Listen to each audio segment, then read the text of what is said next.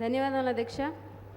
అధ్యక్ష, మొన్న క్వశ్చన్ అవర్లో మాట్లాడేటప్పుడు మా గిరిజన ప్రాంతాల్లోని మంచినీటి సమస్యలు ఏ రకంగా ఉంటాయో చెప్పడం జరిగింది అధ్యక్ష. అంతేకాకుండా ఈరోజు ప్లెయిన్ ప్రాంతాల్లో కూడా మంచినీటికి సంబంధించి చాలా సమస్యలు ఎదుర్కొంటున్నారు అధ్యక్ష. మొన్న అసెంబ్లీ సమావేశాలకు వచ్చే ముందు ఆర్డబ్ల్యూఎస్ డిపార్ట్మెంట్ వాళ్ళని పిలిచి రివ్యూ మీటింగ్ పెట్టడం జరిగింది అధ్యక్ష.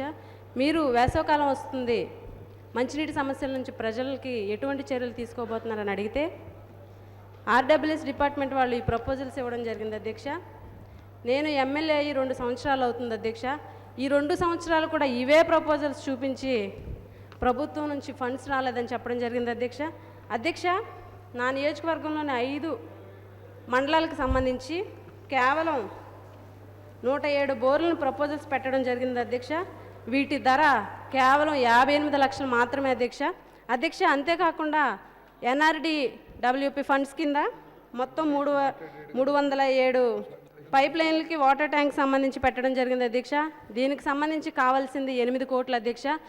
ఈ డబ్బులు కూడా ప్రభుత్వం దగ్గర లేవు, ప్రపోజల్స్ పెట్టినా శాంక్షన్ లేదని చెప్పేసి అధికారులు చెప్పడం నిజంగా బాధాకరం అధ్యక్ష. మా జిల్లా మంత్రి గారు మృణాలిని గారు ఇక్కడే ఉన్నారు.